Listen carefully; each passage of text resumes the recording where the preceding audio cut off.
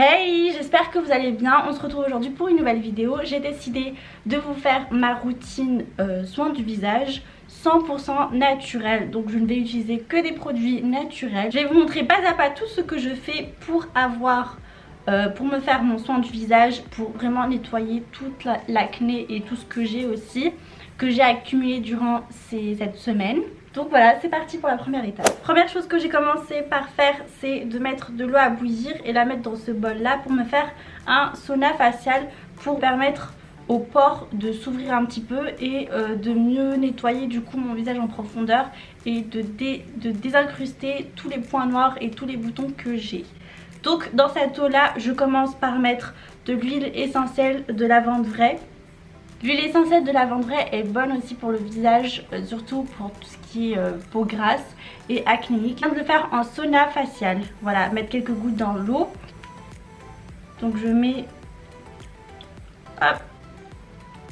quelques gouttes, pas énormément. Il faut en mettre au moins 3 gouttes dans l'eau. Et c'est parti. Une fois que c'est fait et que mes pores sont assez ouvertes, je vais commencer par faire le gommage. Premièrement, je vais utiliser du coup mon gel d'aloe vera qui vient de chez Aromazone et ma poudre de charbon. En fait, c'est un morceau de charbon que j'ai broyé. Très bien l'acheter chez Aromazone, ou de toute façon je vous mettrai en barre d'infos. Je fais ça de façon approximative. Je mélange le tout et je l'applique directement.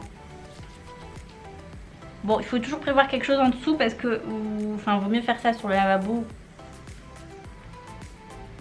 Et donc j'applique directement le gommage au doigt et je viens gommer tout le visage.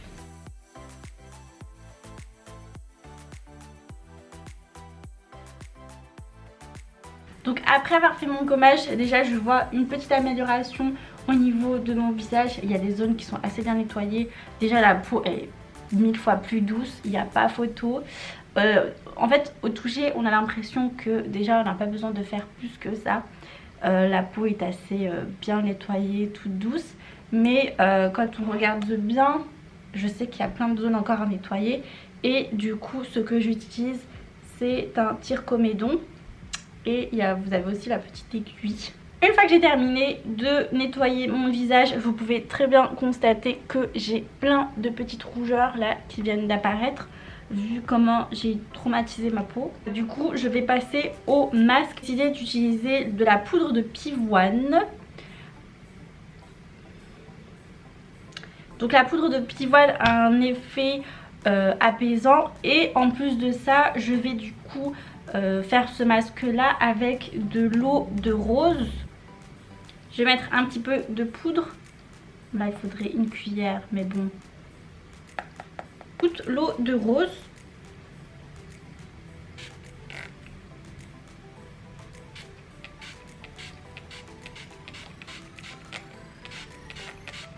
Voilà, vous devez avoir normalement cette consistance là, comme une sorte de pâte. Très bien utiliser la poudre de pivoine ou sinon de l'argile, tout simplement pour refermer les pores et pour éviter au visage de trop regresser trop vite. Là j'ai vraiment voulu avoir un masque apaisant. Voilà ce que ça donne pour le masque. On va attendre une dizaine de minutes le temps que ça sèche et ensuite me rincer tout le visage. Donc maintenant je vais retirer mon masque et je reviens. Ça a séché et je sens que ça me picote un petit peu. Du coup je vais aller piler le retirer. Et je reviens tout de suite, j'allais me laver le visage. Donc après avoir fini de me laver le visage, vu qu'on a toujours un petit peu de calcaire dans l'eau et que ça peut très bien rester sur votre visage, je préfère me vaporiser de l'eau thermale sur mon visage, ou tout simplement de l'eau de rose que j'ai utilisée tout à l'heure pour faire mon masque à la pivoine. Du coup je le vaporise directement sur mon visage, ou vous pouvez très bien prendre un coton et nettoyer avec votre visage. Maintenant que j'ai fini le soin du visage, il faut que j'hydrate ma peau. Et pour cela, j'ai deux solutions, deux alternatives. soit utiliser du coup notre gel d'aloe vera qui sera très hydratant pour la peau et qui va vous protéger la peau, ou tout simplement l'huile de coco. Et moi je préfère utiliser l'huile de coco vu que c'est la soirée. Je fais ça mais j'ai pas de montre.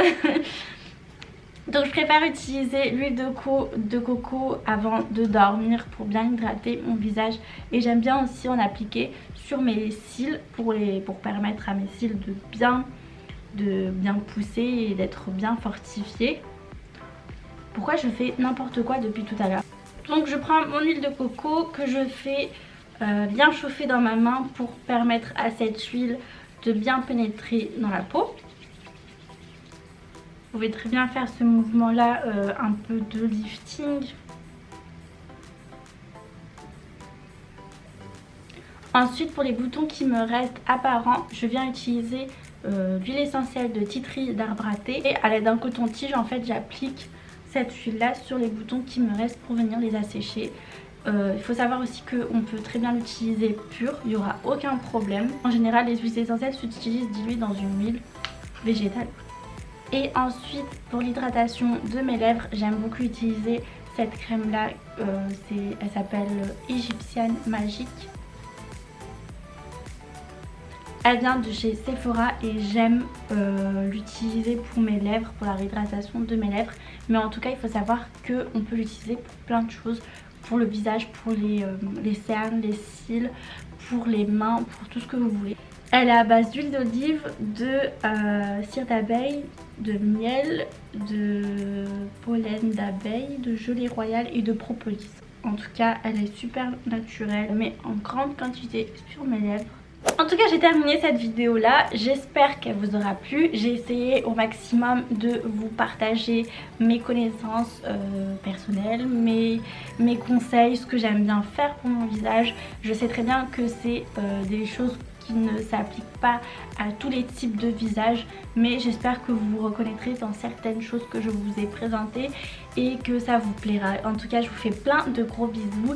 N'hésitez pas à me dire en commentaire si vous avez des recommandations pour moi, si vous avez des conseils ou si vous avez des questions. Je me ferai un plaisir d'y répondre.